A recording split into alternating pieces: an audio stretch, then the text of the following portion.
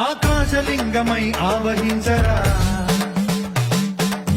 ఢమఢమని డమరుక ధ్వని సలిపి చడదని వదిలించరా శ్రీవాయులింగమై సంచరించరా అణువణువున తన తనువున నిలిచి చలనమే కలిగించరా